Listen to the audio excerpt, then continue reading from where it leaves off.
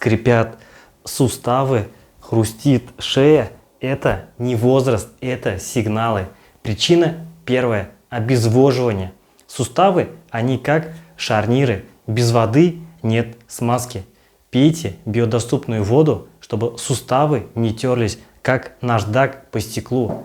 Причина вторая – это нехватка питательных веществ. К сожалению, 90% людей не получают питательных веществ. Это коллаген, омега-3, глюкозамин. Это строительный материал для хряща. Причина третья – это сидячий образ жизни. Мы сидим по 8 часов в день, а потом еще удивляемся, почему суставы закисают. Двигайтесь, даже 3 минуты в день утром – это профилактика артроза. Движение лечит. Напишите в комментариях «да», если хотите восстановить суставы без таблеток.